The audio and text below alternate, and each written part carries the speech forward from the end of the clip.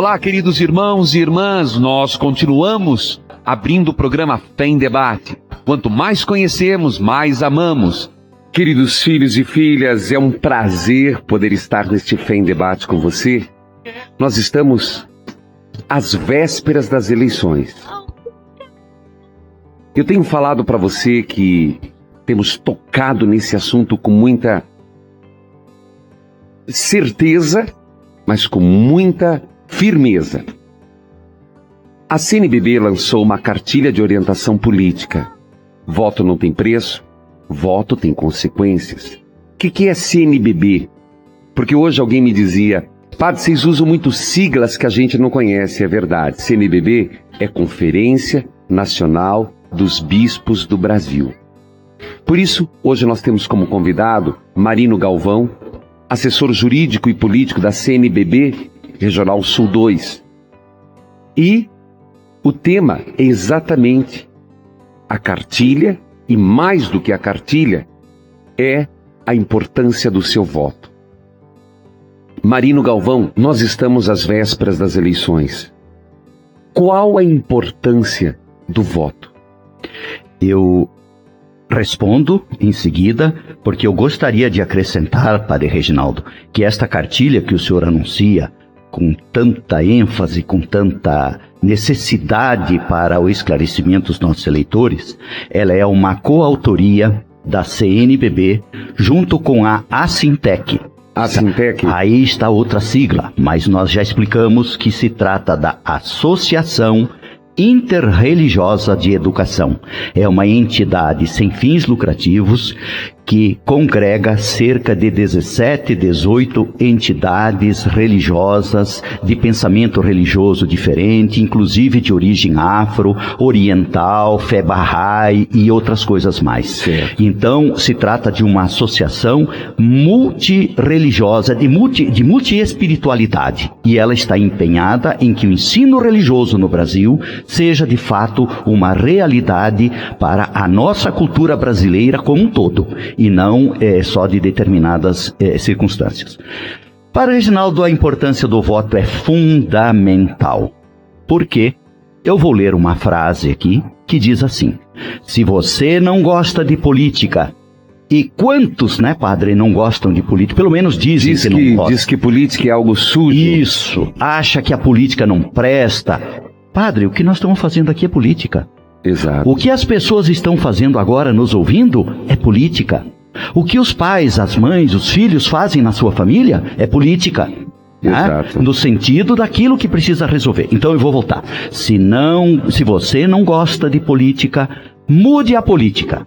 O seu voto tem este poder. Preciso dizer mais sobre a importância do voto? De jeito nenhum. Então, Bertolt Brecht dizia, o pior analfabeto que pode existir é o analfabeto político, porque ao ele virar as costas para a política, aqueles que gostam de política fazem tudo em nome dele sem que ele queira.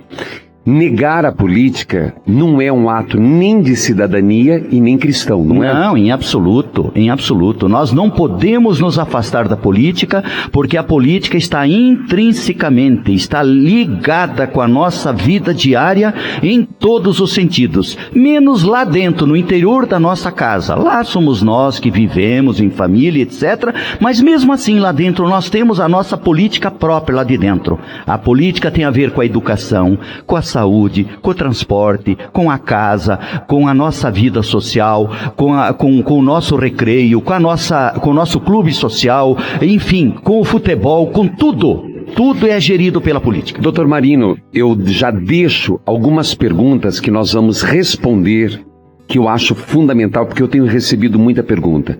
Qual é o papel da igreja, e aqui repito, e especifico, porque nós estamos falando para cristãos católicos.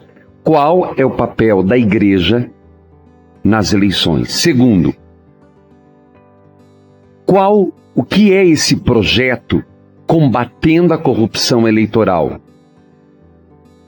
Terceiro, quais são os 7 critérios que a igreja estabeleceu para uma pessoa escolher seus candidatos? Essas são as 3 perguntas básicas que nós vamos trabalhar.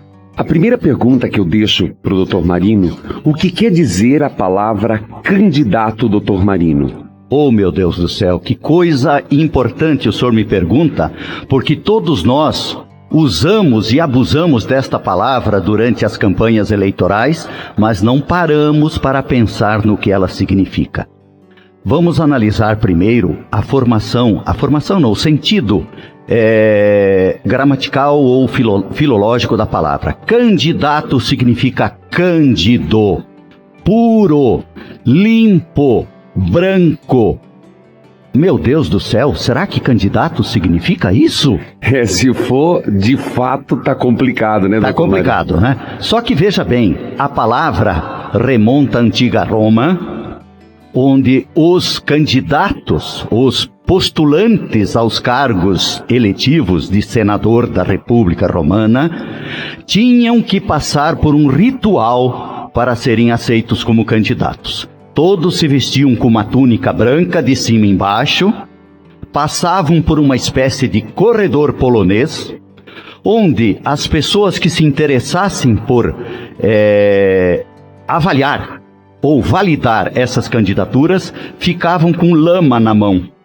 E ao passar pela sua frente um postulante, um candidato que aquela pessoa achava que ele tivesse alguma mácula, algum defeito, algum problema, jogava lama na veste dele.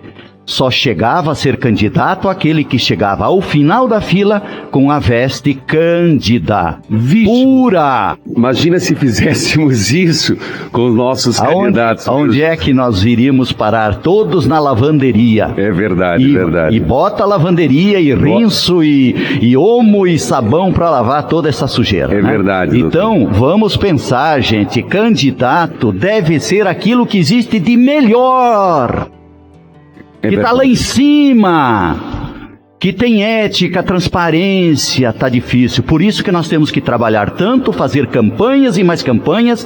Louve-se o poder público através do TSE, que está fazendo campanhas maravilhosas. Verdade, para esclarecer, porque se nós votarmos bem, nós vamos acabar com os ficha suja.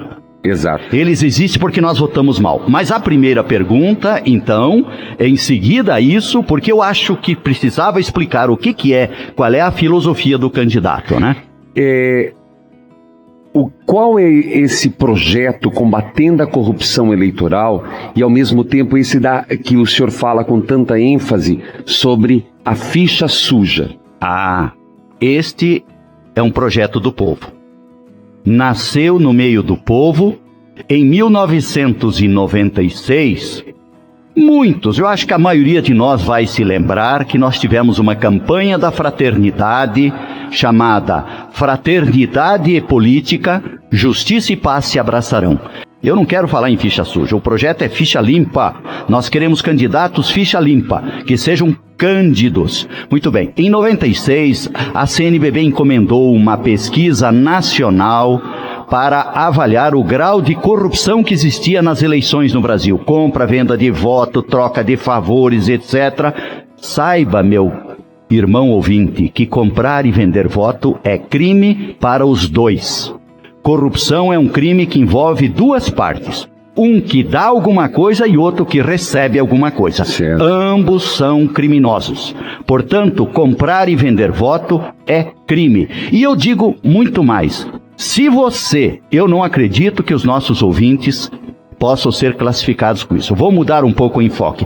Quem vende o voto já recebeu do candidato tudo que o candidato podia dar para ele. O candidato não vai mais se interessar por ele. Verdade. E o que é pior, aquele que vende o voto a pessoa que vende o voto vale muito menos do que o valor que recebeu. Se recebeu uma dentadura, se recebeu 50 reais, um par de tênis, seja lá o que for, vale menos do que este objeto. Veja a importância que tem o voto. Quando a igreja pede que cristãos leigos, não é papel do padre ser candidato. Veja, não é papel do padre, mas é papel da igreja estimular que leigos assumam a vida pública. Tanto que se você, em consciência, mas cada caso é um caso, pessoas que eu, em conversa pessoal, em conversa particular, eu estimulei a vida pública. Porque eu acho que esse é o nosso papel. Nosso papel como padres, como igreja, é termos pessoas idôneas, pessoas de nossas comunidades, pessoas comprometidas, pessoas que a gente acredite que possa fazer algo de bem para a igreja. Agora, entre eu indicar, no sentido de estimular fulano, siga a vida pública, vá em frente. Tem uma pergunta aqui: por que outras igrejas lançam, apoiam, elegem seus candidatos e nós não? Eu digo para você, nós como igreja católica, precisamos de ter nossos representantes, não como um lobby, não é formar lobby, mas pessoas que nos representem e que representem as necessidades do povo. Quantas vezes a gente vai depois lá pedir que nos ajudem a uma comunidade, ajude outro. Mas eu acho que a igreja tem que descer do muro. Mas sobre isso, eu também vou dar a palavra para o doutor Marino. Doutor Marino, é um assunto bastante polêmico, né? E delicado. Delicado, porque a igreja é para todos.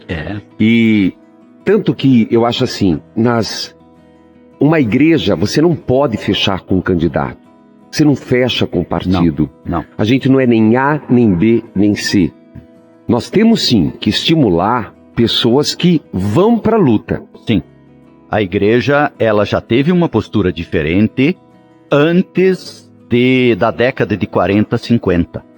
Quando teve a Ação Católica. Exato, eu ia comentar. A Ação Católica, ela indicava candidatos e tal. Veja, não que a Ação Católica fosse uma instância interna da igreja, era uma associação de leigos e de pessoas ligadas à igreja.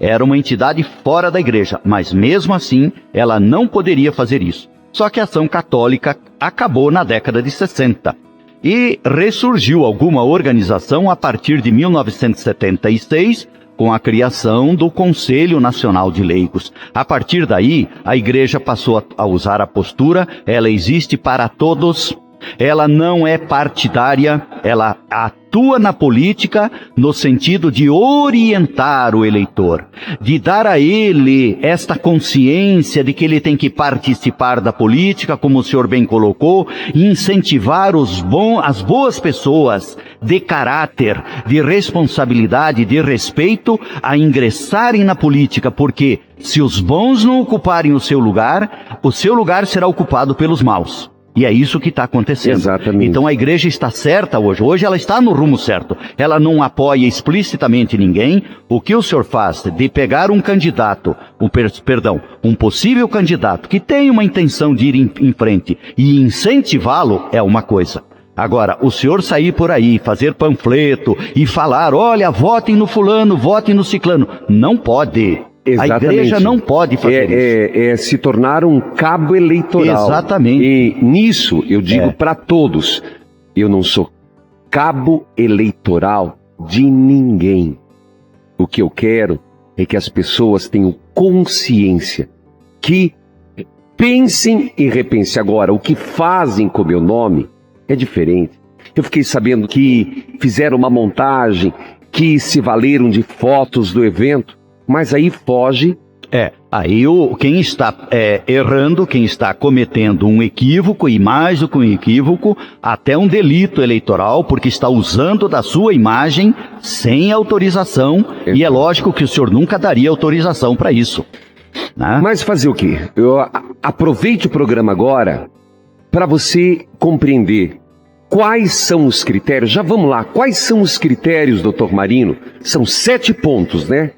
A cartilha que a CNBB editou, e ela foi distribuída, posso dizer que de uma maneira preponderante aqui no Paraná, mas foram enviadas cartilhas para todos os locais do Brasil que nos pediram, né? Foram distribuídas mais de 100 mil cartilhas. Eu acho que é uma contribuição muito grande da igreja. E na cartilha da CNBB nós temos uma síntese dos 7 pontos. Vote em quem? Primeiro, defende a dignidade da pessoa e da vida. Então isso não é um conceito da igreja. Isto é um conceito de direito natural. Isto nasce com a pessoa. Não é porque a pessoa é católica, é evangélica, ou seja lá de que crença religiosa for. A dignidade da pessoa e da vida é universal. Portanto, o primeiro item que nós apontamos, defesa da pessoa e da vida. Então, primeiro critério é olhar para o candidato se ele defende a vida, é isso? Exatamente, a dignidade da pessoa e a vida. Por exemplo, um candidato que seja favorável ao aborto. Ele é contra a vida, no nosso entender. Ele contraria a vida. Essa é um belíssimo exemplo. O segundo ponto, candidato que é honesto e fiel em seus propósitos, inclusive partidários. Candidato que fica, hoje está num partido, amanhã está no outro, amanhã está no outro. Quer dizer, graças a Deus que está havendo aí uma tomada de posição do nosso poder judiciário impedindo isso, né? Mas veja, significa um indivíduo que não tem um caráter muito firme, ele não sabe o que ele quer. Ele está de acordo com os interesses dele. Nesse partido hoje dão a ele uma determinada liberdade de fazer certas coisas, então ele entra. Amanhã muda isso aqui, o outro partido oferece outra coisa. É um sujeito leviano, no sentido da palavra mais baixa. A honestidade e a honestidade pessoal, vamos dizer, da vida, do foro interno. Interessa muito. Nós estamos falando aí da ética. Porque eu gosto muito de uma frase que a gente usa na cartilha: a ética é a estética de dentro. Certo. Então, se eu falo em estético, eu estou procurando alguma coisa bonita, não feia. Ora, se a ética é a estética de dentro, eu tenho que mostrar para fora o que eu sou por dentro. A minha estética dentro é boa, eu sou honesto, eu sou responsável, eu sou cumpridor dos meus compromissos, sou transparente, então eu sou bonito por dentro e por fora. Certo. Isso para a gente, no sentido popular, entender o que é a ética na política. Ser coerente com o seu interior e com as ações para fora, né? Então, é isso que nós queremos de um candidato. Qual que é o terceiro critério? Honra os compromissos e é transparente. Ora, o candidato vem, nós estamos vendo aí na atual campanha, e eu acredito que isso é de norte a sul, leste a oeste do nosso imenso Brasil. Prometem-se coisas que, primeiro, que não são possíveis de serem feitas em razão das circunstâncias, ou falta dinheiro, qualquer coisa. Segundo, não é competência, por exemplo, do vereador dizer que ele vai fazer determinada coisa, uma obra pública. Não depende dele. Ele vai ter que trabalhar como legislador na Câmara Municipal para aprovar a lei que, porventura, o prefeito vai mandar para a Câmara, e vai ter que contar com a boa vontade do prefeito de fazer a obra. Percebe? As pessoas, como candidatos a vereador, prometem às vezes obras que não competem a eles. Eles poderão colaborar para que aquela obra seja feita, mas não é da competência dele garantir que ele vai fazer aquilo. Isto é desonestidade. Então vamos só lembrar. Primeiro critério, uma pessoa que vai em defesa da vida. Segundo, que tenha uma honestidade pessoal. Terceiro, que tenham compromissos honrados e transparência. E o quarto, doutor Marino? E a transparência tem a ver lá com a ética. Com a ética. Eu digo uma coisa para ti, vou lá e faço outra. Eu verdade. Não sou transparente, né? A quarta, candidato comprometido com políticas públicas. O que são políticas públicas? Aquelas que interessam a todos. A comunidade onde ele vive, o município, o estado, a União. O que acontece costumeiramente? O candidato se apoia num grupo de pessoas que financiam a sua campanha, depois ele tem que trabalhar para devolver esse dinheiro para os financiadores, através do quê? Através de obras que ele vai fazer, de favorecimentos e etc. Então ele não está comprometido com políticas públicas, mas com coisas próprias, pessoais e do grupo do seu interesse. Por favor, não diga nome de candidato. Beleza, padre. Mas vai lá, Iraci, você fala de onde? Eu falo de Maringá. Pois não, filha. Então, padre, o seguinte, às vezes a gente tem um candidato, a gente sabe que ele é uma pessoa boa, daí a gente vota nele, aí chega lá, padre, ele não corre o risco de entrar na corrupção também? É verdade, é uma boa pergunta. Excelente, se me permite dizer. Então, o que fazer se às vezes a gente acredita no candidato e de repente o candidato pode se corromper? Bom, pode, né? Se até Judas se corrompeu, lógico, e foi escolhido a dedo por Jesus. E se arrependeu amargamente, só que já era tarde, né? Veja bem, o ser humano é suscetível a essas coisas. Eu parto da seguinte análise: nós elegemos um candidato porque achamos que ele é bom. Em princípio ele é bom, e assim o será se ele tiver as condições ideais para isso. Sabemos, por outro lado, que ao entrar dentro do esquema, não é esquema, mas entrar dentro do poder para o qual ele foi eleito, ele vai ter, vou usar uma expressão bem popular, ele vai ter que dançar conforme a música. Se ali dentro a maioria é de malandros, ele dificilmente vai poder fazer alguma coisa se ele não aderir àquele processo. E aí vai da capacidade dele de resistir ou não. E eu digo mais, nós eleitores que o elegemos, também temos uma parcela de responsabilidade nisso. Porque nós deveríamos dar apoio a ele desde o momento que ele iniciou o trabalho dele. Ir lá ao gabinete dele, não para pedir favores, etc., mas para apoiá-lo, dar a ele força para ele poder brigar contra essas coisas.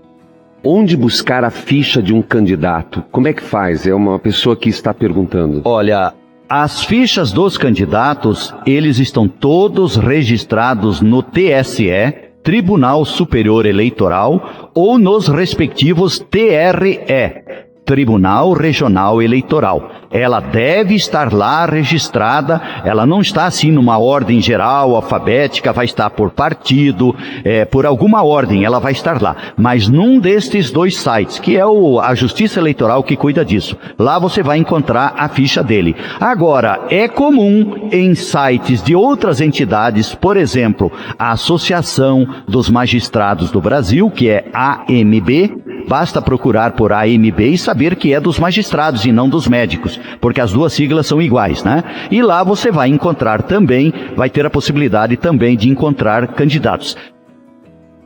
O que significa a palavra política, doutor? Antes de a gente seguir lá nos critérios, eu já sinto que nos pergunta.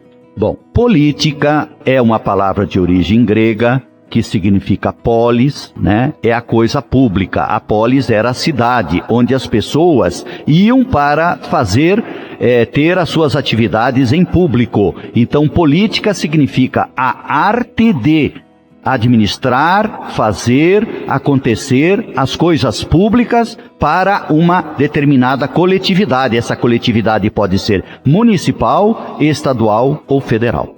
Na primeira, defesa da vida. Segundo critério, olhar a honestidade pessoal do candidato. Terceiro, ver se os seus compromissos foram honrados e se é uma pessoa transparente também na ética, principalmente. Quarto, se a pessoa tem compromisso com as políticas públicas. Qual que é o quinto critério? Como quinto critério, nós colocamos o candidato que tem capacidade de administrar. Olhando daí para a pessoa em si, pode não parecer um critério importante, mas eu reputo um critério de muita importância. Porque se o indivíduo que se candidata e é eleito para um cargo e não tem conhecimento, ele poderá adquirir esse conhecimento, mas ele vai ter mais dificuldade do que aquele que já tem. Portanto, eu não devo apoiar um candidato que quer começar por cima. Começar por cima seria queimar etapas. Eu acho que ele já vem com uma história, ou ele pertenceu a um grêmio estudantil, ele já militou, ele já teve um trabalho, participa de um sindicato, de uma associação, onde ele demonstra conhecimento e capacidade para administrar coletividades. Aí ele se candidata a vereador. Depois, quiçá, prefeito ou deputado estadual e por aí afora vai, pode virar presidente da República sem problema nenhum. Mas há um crescimento na sua capacidade administrativa. Porque se ele não tem esta característica, esta qualidade, ela já vai estar demonstrada lá no começo da vida dele. Então ele vai formando uma espécie assim de currículo da vida dele. Por isso que as pessoas chegam e dizem, olha, eu já fui isso, já fui aquilo, presidente de associação de bairro e não sei o quê. Está mostrando que ele tem capacidade. Agora, a gente não sabe efetivamente se ele tem essa capacidade. É preciso apostar nele, votar, se a gente acredita nele, né? E esperar que ele de fato tenha capacidade. O que quer dizer candidatos comprometidos e não oportunistas, que é o 6º ponto, doutor Marino?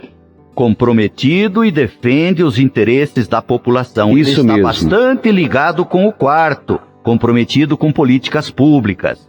Então, veja, o candidato comprometido e defende os interesses da população, é também aquele candidato que tem um compromisso público. Olha, eu vou me empenhar para que a nossa comunidade, para que o nosso município, para que o nosso estado cresçam, evoluam, para que a população tenha, de fato, receba os benefícios que a pessoa espera, saúde, educação, transporte. Então, todas essas questões no coletivo, jamais ir para o individual ou para o grupal. O grupal pode ser coletivo, sim, mas é o grupal que eu formei, os meus amigos, os meus compadres, né? Os da minha roda. E mas o resto não me interessa, porque esses não me ajudam.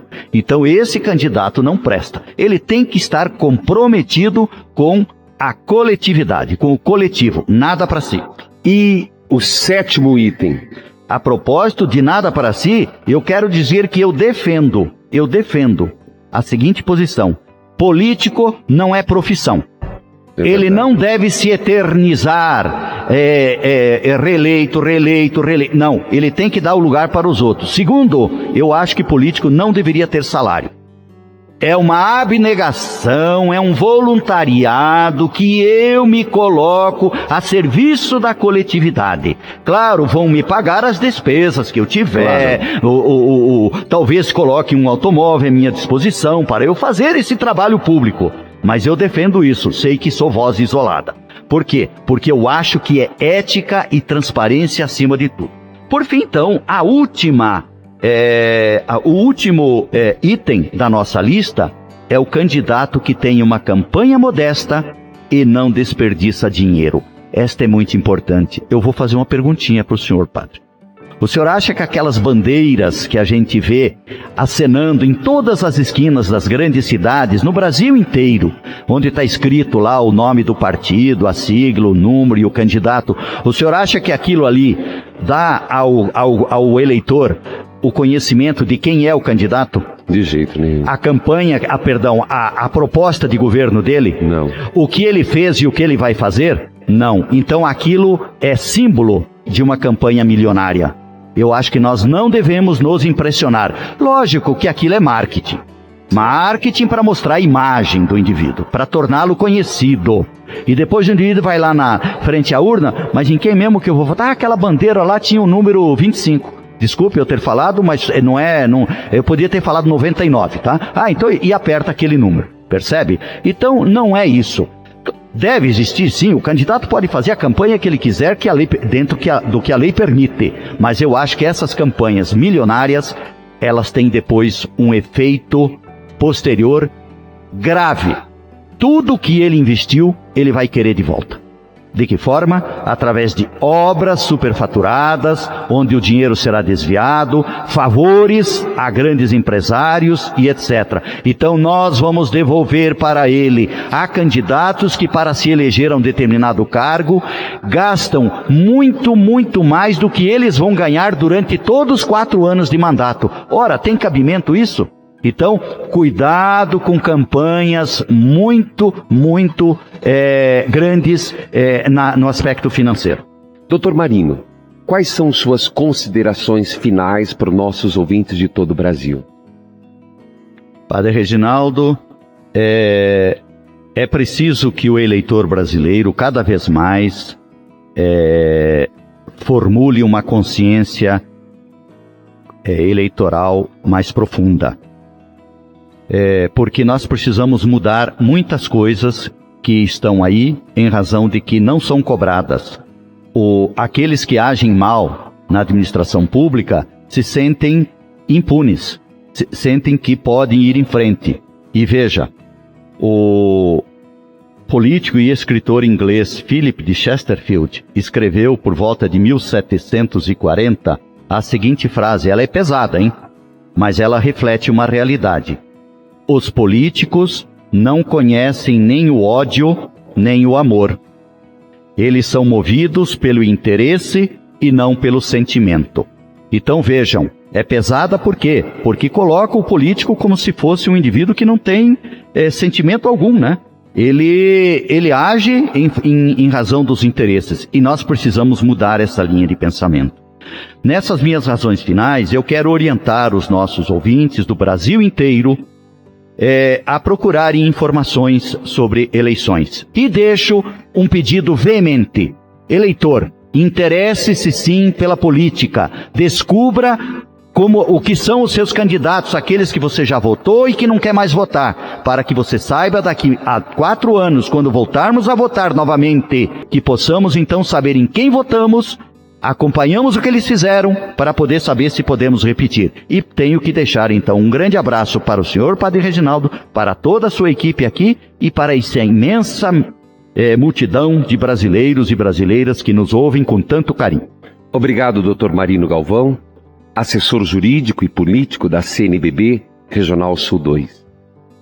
Eu termino nos poucos segundos que me faltam. O voto é um ato de cidadania, é um ato cristão. Porque somos chamados como pessoas conscientes, discípulos de Jesus, a buscar e fazer um mundo melhor, acreditando que os valores pelos quais Jesus morreu valem a pena serem implantados em nosso meio. Felizes os que têm fome e sede de justiça. Felizes os que promovem a paz. Felizes os que são perseguidos por causa da justiça.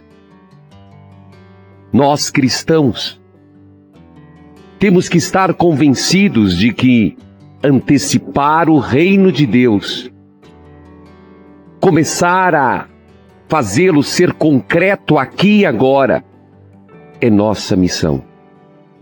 Que o Espírito Santo nos dê o discernimento necessário, a luz necessária para buscar um Brasil melhor.